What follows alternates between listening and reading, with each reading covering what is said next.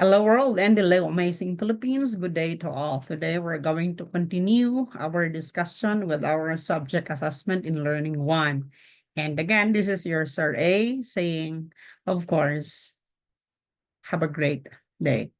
And I wish that you're going to learn from this lecture video. If you are not yet, of course, a subscriber of my YouTube account or channel, you can subscribe so that you can follow, of course, the discussion of all the lessons in our assessment in Learning 1. Okay? The title of this lecture video is determining, of course, the progress towards the attainment of learning outcomes. This is actually chapter 2, as what I mentioned. Okay, for our, of course, learning outcomes for today, okay, we have, of course, to distinguish among measurement, assessment, and evaluation. The next is to explain the various approaches to assessment, such as assessment for, of, and as learning. And of course, answer the assessment task or performance task. Okay, then created, of course, a reflection paper and submit outputs in the canvas. So this is okay. These actually are designed for our students. So at the end of course, these lessons, they have, of course, performed the following, of course, given learning outcomes. Okay, let's start the discussion with, of course, the word measurement. So it is the process of determining or describing the attributes or characteristics of physical objects, generally terms of quantity. So when we measure, of course, there is quantity for that matter. And when we measure, we use some standard instrument to find out probably how long, how heavy, no, hot, voluminous, or how fast or straight some things are. So that's it. Okay, and such instrument may probably a ruler, a scale, or thermometer, or pressure gauge. So that's it. And when we measure, we actually collect quantitative, no, information, the one that you can or we can quantify that is relative to some established standards. And to measure is to apply a standard measuring device, not an object. Okay, or probably it's a group of objects and event situations according to the procedure. No, there is actually procedure determined by one who's skilled in the use of such device. So that's it, that's measurement. And sometimes we can measure physical quantities, no, by combining directly measurable quantities to form derived quantities. Okay, and for example, to find the area of a square piece paper, no, we simply multiply rather the length of one of the side of paper by 4. So that's it. So in the field of education, however, the quantities and qualities of interest are abstract or unseen and cannot be touched. And so, of course, the measurement process becomes difficult. Yeah, it's hard, no? Hence, it needs to specify the learning outcomes to be measured. So that's it. And for instance, knowledge of the subject matter is often measured through standardized test results. And this is, in this case, rather, measurement procedure is the testing. So we have, of course, the testing, okay, method. And the same concept can be, of course, be measured in another way. So, for example, we can ask a group of experts to rate the students, no, or a teacher. Okay, our teacher's knowledge of the subject matter in a scale of 1 to 5, with the 1 being, of course, the lowest and the 5 is the highest. So in this procedure, okay, knowledge of the subject matter is measured through our perceptions. So take note of the two words, testing and, of course, the perceptions. So that's it. Okay, so we have, of course, types of measurement. So the first, we have actually two. We have the objective, no, as in testing, or subjective, as in perceptions, as what we have mentioned earlier. Okay, and in this example, no, cited testing produces objective measures, while experts rating provides subjective measurements. Okay, when we say, of course, objective measurements, it is actually more stable than the subjective. Okay, in the sense that repeated measurements of the same quantity or quality of interest will produce more or less the same outcome. For this reason, of course, many people prefer objective measurements over subjective measurements whenever they are, of course, available. Yeah. And whether one uses an objective or subjective assessment procedure, the underlying principle in educational measurement is summarized by the following formula. Take note of this formula. So measurement of quantity or quality of interest is equal to the true value plus random error. So each, of course, measurement of the quantity of interest has two components, a true value of the quantity and the random error component.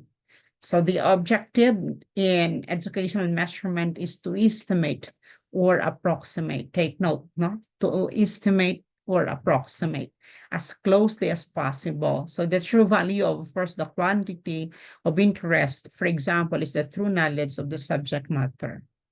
Okay, so that's the truth behind it. Okay. So let's discuss objective measurements. So these are actually measurements that do not depend on the person or individual taking the measurements. Okay, so regardless of who is taking the measurement, the same measurement value should be obtained when using an objective assessment procedure. So that's it. Okay, when we say, of course, subjective measurements, often rather differ from one assessor to the next, even if the same quantity or quality is being measured. So in the objective measurement, it is fixed. It's the same, whoever probably is the one who is measuring. However, in the subjective, from the word, yeah, subject, no, measurements, probably there is different, okay, um, quantity or quality, okay, or result, no, that we have probably in our measurements. Okay. We have also the word measuring, okay, indicators or the variables and factors. So an educational variable, probably denoted by an English alphabet like X, is a measurable characteristics of a student. Okay, variables may directly, of course, measurable as in X is equal to age or X is equal to height of the student. So there is, of course, the value of X there, the age and, of course, the height. Okay, however, many times a variable cannot be directly measured, like when we want to measure. So class participation of a student, for example. Okay, for those variables where direct measurements are not feasible, we introduce the concept of indicators. So what's indicators? Okay, when we say, of course, now an indicator, yeah, I, okay, denotes the presence or absence of the measured characteristics. Okay, thus, I is equal to 1 if the characteristic is present, and I is equal to 0, supposing if the characteristic is absent. Okay, for the variable x is equal to class participation, so we can let I1, I2, no, and so on until IN denotes the participation of student in an N class recitations. Okay, and let X is equal to the sum of the I's divided by N recitations. Okay, thus, if there were N is equal to 10 recitations, meaning that's the highest recitations that we have 10. Okay, and the student participated in 5 of these, okay, 10, then X is equal to 5 over 10. So meaning it's 50%. Okay. These are the 50% or 5 out of 10 would be, of course, the number of student participation, okay, in the total recitations of 10. So that's it. Okay, so indicators are the building blocks of educational measurement upon which all other forms of measurable, okay, of rather measurement built. Okay, and a group of indicators constitute a variable. And a group of variables form a construct of a factor. Take note of the term variable. Okay, it's a group of indicators. And when we have, of course, group of variables, okay, it forms a construct or a factor. So the variables which form a factor correlate highly with each other but have low correlations with variables in mother group.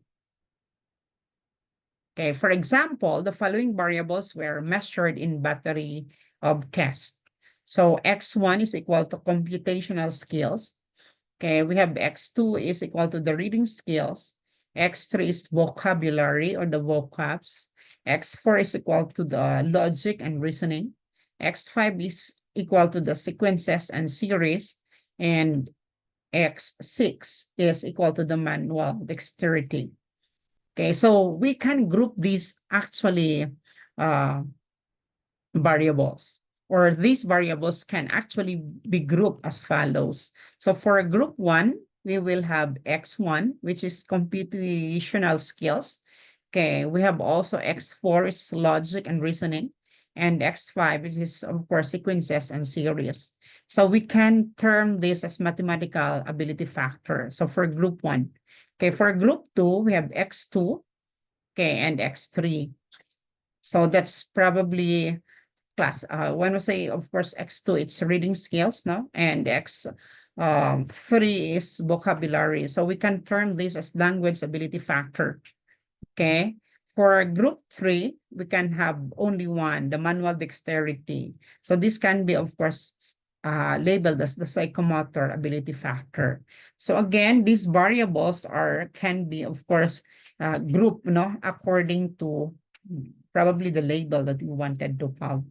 Okay, or factor that we can have. Okay, let's proceed to assessment. Okay, when we say assessment, it is actually derived from the Latin rather word assider. Okay, which means, of course, to sit beside. That's according to Wiggins in 1993. Okay, and it's the wide variety of methods or tools that educators use to evaluate, measure, and document the academic readiness, even the learning progress, skill acquisition, or educational needs of students. So the process of gathering evidence of students' performance over a period of time to determine learning and mastery of skills. So that's it, no? And when we say, of course, assessment, okay, there is, of course, the evidence of learning that can take the form of probably a dialogue, record, journals, the written work, portfolios, not tests, and other learning tasks. And therefore, assessment requires review of these journal entries, not the written work, the presentation, the research papers, even essays, story, written test results, and etc. And of course, assessment uses, no, as basis the levels of achievement and standards required for the curricular goals appropriate for the grade or year level. And of course, the assessment results show the more permanent learning and clearer picture of the student's ability. So it's, of course, the assessment result. And the overall goal of assessment is to improve, of course, the students' learning and provide students, parents, and teachers with reliable information regarding, of course, the students' progress and extent of attainment of the expected learning outcomes. So that's it.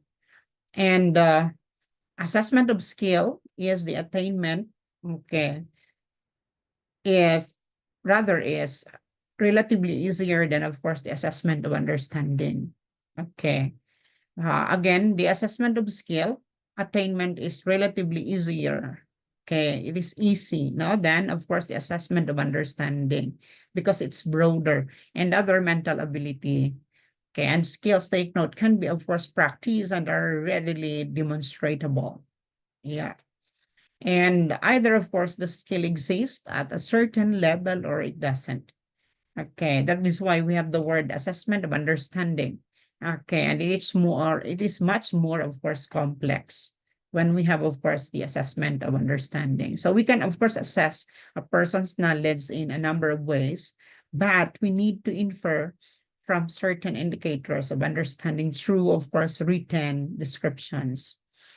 Okay, when we have, of course, the word assessment, here are, of course, some words not equated to it. We have, of course, evaluation, we have computation, even appraisal, no? Calculation, estimation, gauging, no? We have also analysis, rating, pricing, determination, and the last is value judgment. So these are, of course, the words associated with your assessment. And going back, of course, to the word assessment, it is actually a critical step now in the learning process. And it determines rather whether or not the course learning objectives have been rather met. And when we say, of course, a learning objectives, it is what, of course, students should know or be able to do, okay, by the time a lesson is completed. So that's it. And assessment affect many facets of education. What are these? Okay, number one is we have, of course, the student grades, no? Their placement, probably in what section, and advancement, as well as, of course, in our curriculum, the instructional needs, and of course, the school funding. So that's it. Okay. And we have benefits of assessment, okay, particularly with the teaching and learning process. The first is to provide more effective instruction, and the second is to evaluate achievement or learning. Okay. Probably you will ask why we need to assess students. So we have, of course, the following answer. The first, to gather evidence of student learning. Then, of course, to inform instruction. Then to motivate students and, of course, increase students' achievement. And assessment in education is, of course, the process of gathering. So we gather, we interpret, we record, and of course, use no information about pupils' responses to educational tasks. So that's why we have, of course, the word assessment in education. Let's have the word evaluation. Okay, how different is this from, of course, measurement and assessment? Okay, let's have the evaluation by having, of course, the root word, no? Okay, value. It actually originates from the root word rather, value. And so when we, of course, evaluate, we expect our process to give information regarding the worth. Okay, even the appropriateness, the goodness, the validity, or legality of something for which a reliable measurement has been made. That is why, of course, it's called evaluation. Okay. So it's a process. When I say evaluation, it's a process designed to provide information that will help us to make a judgment about particular situation. And the end result of evaluation is to adapt, okay, reject or revise what has been evaluated. Again, the end result of evaluation is to adapt, reject, or revise what has been evaluated. Okay, and we have, of course, the objects of evaluation. Okay, this includes, of course, the instructional programs, no? Our school projects, the teachers are also the object, okay, students, and even our educational goals. So evaluation, of course, involves data collection. So we collect data and the analyses, and of course, the quantitative rather, and the qualitative methods. And this evaluation can help, of course, as teachers or as educators to determine the success of their achievement program or academic programs and signal, of course, efforts to improve students' achievement. And it can also help, of course, identify the success factors of programs and projects. So we have here are some examples, okay? That includes, of course, the evaluating of the education for all project of the school district, no? The comparative effectiveness of two remedial reading programs, supposing we wanted to evaluate a correlation between, of course, the achievement test results and diagnostic test results, and of course, the attributes of an effective teacher. So that's it. Okay. So we have, of course, two rather broad categories of evaluation. The first is the formative. The second one is summative. Okay. Let's differentiate the two. When we say, of course, formative evaluation, it is a method rather of judging the worth of a program. Take note of the word worth of a program while the program activities are in progress, meaning in process. Okay, and this type of evaluation focuses on the process. I like that one, the process. So the results of formative evaluation give information to the proponents. Probably the proponents are the teachers, now the learners, okay, even also teachers, and how well, of course, the objectives of the program are being attained while the program is in progress. And its main objective is to, of course, determine deficiencies. I like that one, deficiencies, no, so that we can improve. Okay. Or so that, of course, the appropriate interventions can be done. So, if supposing the result is not good, okay, and we have found out that there are some deficiencies, we need to have interventions so that, of course, we will be productive. Okay, the next is, of course, we have the summative evaluation. So it's a method rather of judging the worth of a program. And it is done at the end of the program of activities, no? And here, of course, the focus is the result. And the instruments that can be used to collect data for summative evaluations are the following. We can have survey forms, no? The interview observation guide, and of course the test, and of course the questionnaire that we have. Okay, and summative evaluation is designed to determine the effectiveness of the program. I like that one, or activity. That's why we have, of course, the focus as result, no? Okay, as the result of whatever we have conducted. So it's based on its own about the purpose. Okay, according to Scriben, no? Yeah, Scriben gave us, of course, techniques for summative evaluation, such as examples are the pre-test post-test with one group, or pre-test post-test with experimental, no, and control groups, and one group descriptive analysis for that matter. To summarize, no, we measure such as the height, distance, the weight, okay, knowledge, okay, or probably we weigh knowledge of the subject matter through testing. We assess learning outcomes. Take note, we assess learning outcomes while we evaluate results in terms of some criteria or objectives. Okay. And having that, of course, we define measurement as the process by which, of course, the attributes or dimensions of some objects or subjects of study are determined. And assessment is the process of selecting, no, receiving, and using data for the purpose of improvement in the current performance. And evaluation is an act of passing judgment on the basis of a set of standards. Okay, moreover, another way of saying assessment is the process of objectively understanding the state or condition of a thing by observation and measurement. And the evaluation is the process of observing and measuring, rather, okay, a thing for the purpose of judging it, okay, and of determining its value either by comparison to a similar thing or a standard. So it's evaluation. And take note, very often you measure what is intended to be measured by means of a tool. So we use the tool, review measurement data to improve further performance. Then, of course, we pass the judgment, which is, of course, evaluation. And we base it on a set of standards now when we are evaluating.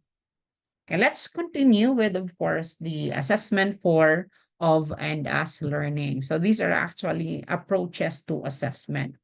Okay, these are the three, no, approaches to assessment.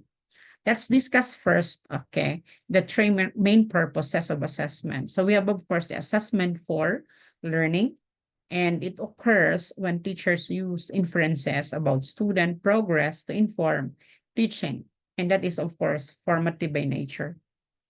Another is assessment as a learning. So it occurs when, of course, students reflect on and monitor their progress to inform, of course, their future learning goals.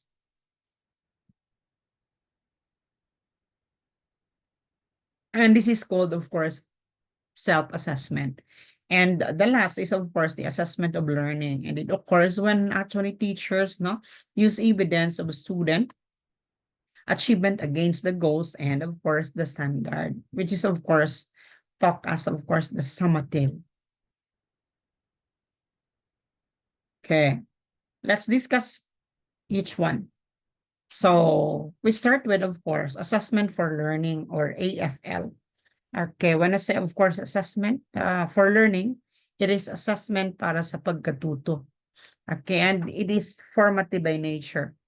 and that is to inform his or her teaching. And it occurs throughout a learning sequence, no, throughout. Okay, and it talks about the progress and of course the learning gaps. Okay, example that we can have probably for our assessment for learning are our SIT works, no, the Q&A, the question and answer portion, and of course quizzes. Sometimes we can have these, no, recorded but not graded. That is assessment for learning. Okay. Moreover, the proposition 4 in assessment for learning implies that assessment is done to improve and ensure learning. Okay, the second is this is referred to as the formative assessment. Okay, that is given while, of course, the teacher is in the process of student formation or learning. And this ensures that learning is ongoing while the teacher is in the process of teaching. So that's it. It's very nice that there is, of course, learning that is ongoing. And this is to ensure that before he or she proceeds further or comes near the end of the chapter or the unit or course or grading period, so the students understood the lesson. Okay. So we need to have the assessment for learning so that we can see to it that, of course, the students understand or understood the lesson well. Okay, let's have assessment uh, for learning. No? Um, Additional information. So formative assessment also includes, of course, the pre-test and the post-test. Okay, and of course, a teacher gives to ensure, okay, learning. So this is called, or this is also termed as the pre-assessment period. Okay, so why pre-test? Probably we ask. Okay, the answer is to find out, of course, where the students are and or determine their entry knowledge or skills. So teacher, of course, knows how to adjust instruction. So as teachers, we need to adjust our instruction depending on, of course, with the result of the pre-test. Okay, what about post-test? Okay, this is to find out, of course, if the intended learning outcomes or the ELO has been attained after the teaching learning process. So useless if we cannot have, of course, the post-test because we cannot, of course, find out if there is really improvement, no? Okay, or attainment of the, okay, ELO, okay, during, of course, the teaching learning process. So if not all students have attained it, then teachers has to apply an intervention or remediation. Okay, but mind you, intervention and remediation probably is sometimes hard and it requires time for teachers. So we need to, yeah, therefore see to it that our students, okay, are learning. Okay. So in assessment for learning, teachers, of course, use assessment results to inform or adjust their teaching. Take note. So in summary, assessment for learning means teachers using students' knowledge, okay, understanding and skill to inform their teaching. And it occurs throughout, of course, the teaching and learning process. Take note of the purpose to clarify and ensure students' learning and understanding. Again, it occurs throughout the teaching and learning process to clarify and ensure student learning and understanding. So if you're going to see, assessment for learning is very nice. Okay, let's have assessment of learning. This is the second. Okay, in Tagalog, or in Filipino rather, ito ay assessment ng natutunan or pagkatuto. Okay, that of is nang there. So, of course, when we say assessment of learning, it is summative by nature. Okay, and it talks about what the students have learned or to certify students' competence. Okay, examples that we can have are the mastery test or the achievement test, the periodic test, the prelim or midterm or final exam. And this is done, of course, for grading purposes. So that's it, of learning or assessment of learning. Okay, in the assessment of learning, it is usually, of course, given at the end of the unit, okay, or grading period or a term like a semester. And It is meant to assess learning for grading purposes. Thus, of course, the term assessment of learning. And it is referred to as, of course, the summative assessment. So the effectiveness of summative assessment depends on the validity and reliability of the assessment activity and even the tools that you have used. Okay, let's have the assessment as learning, as learning. Okay, in Filipino, it is known as assessment bilang pagkatuto. Okay, so it is actually, of course, a self-assessment. And of course, that is done to assess students' own learning. And it is actually self-directed. So examples that we can have are, of course, the reflection and the insights that we can have. So it is done for monitoring their own, of course, learning. So assessment as a learning is associated with self-assessment. Take note.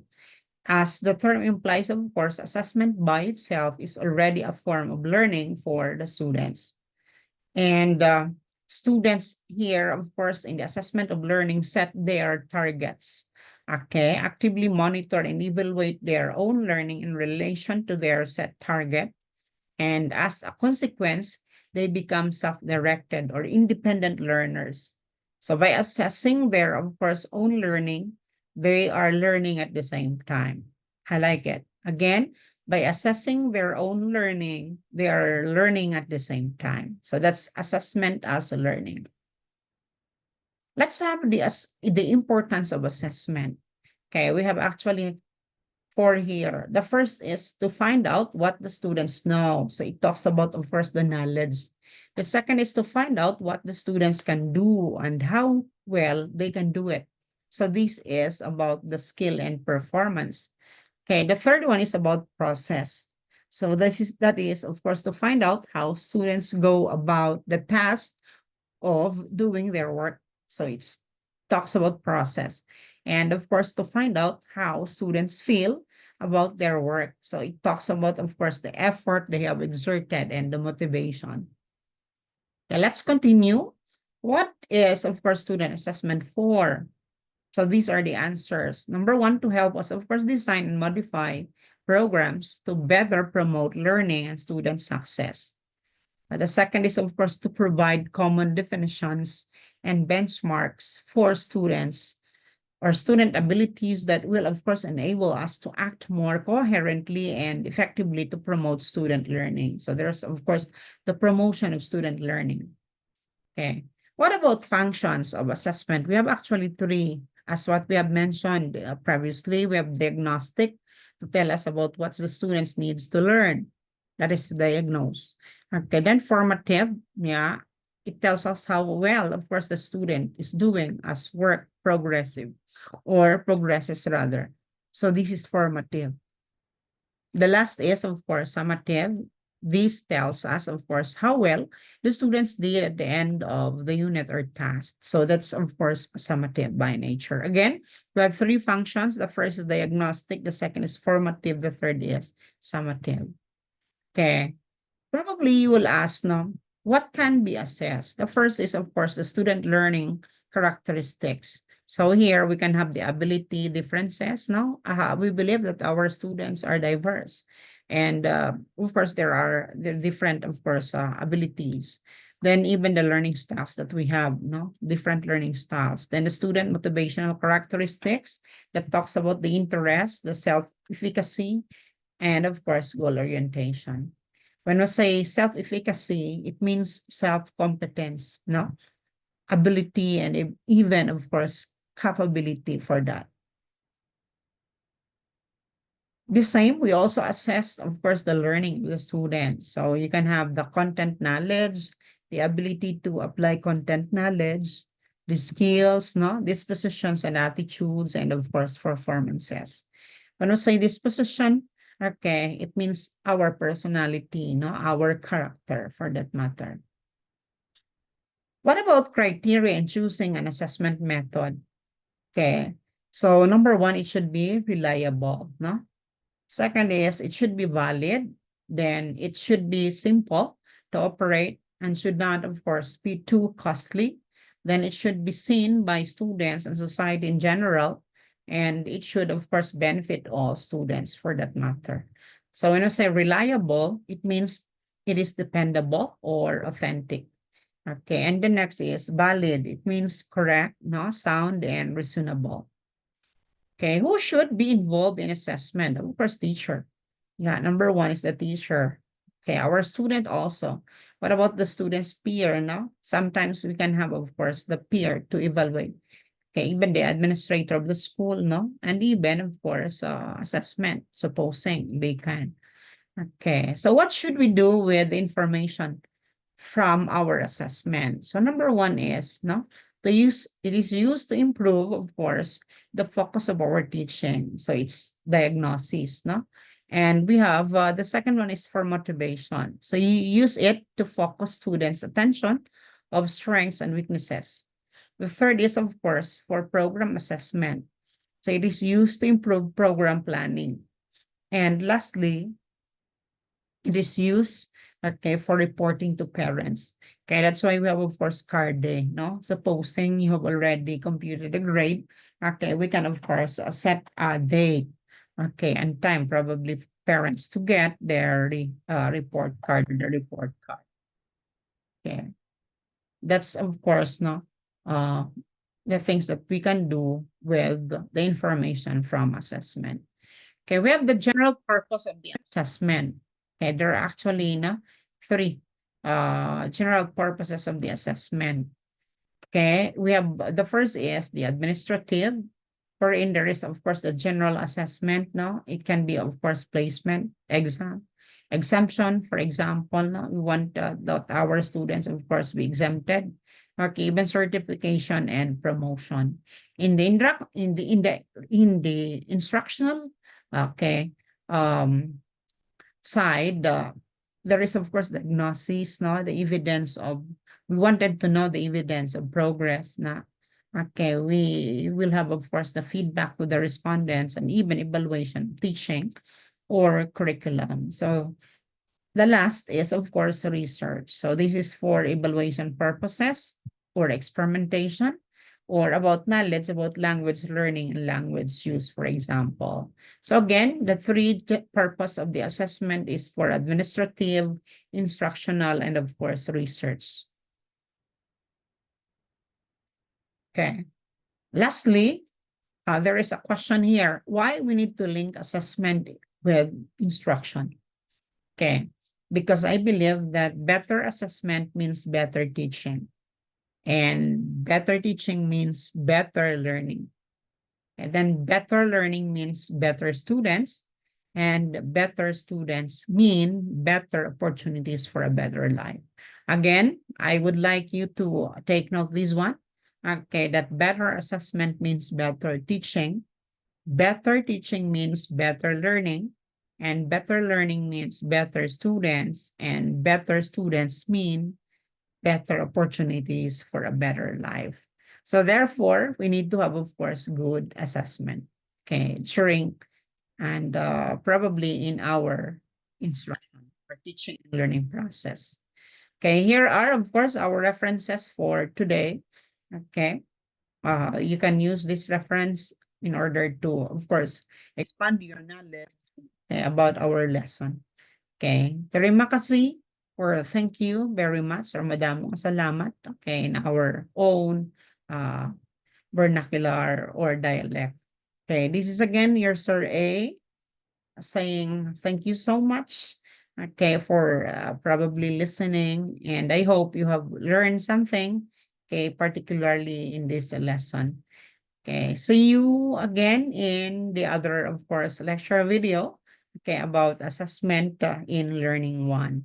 Okay, this is Sir Ambos or Sir A or Sir Mar, okay, saying God bless everybody. Thank you.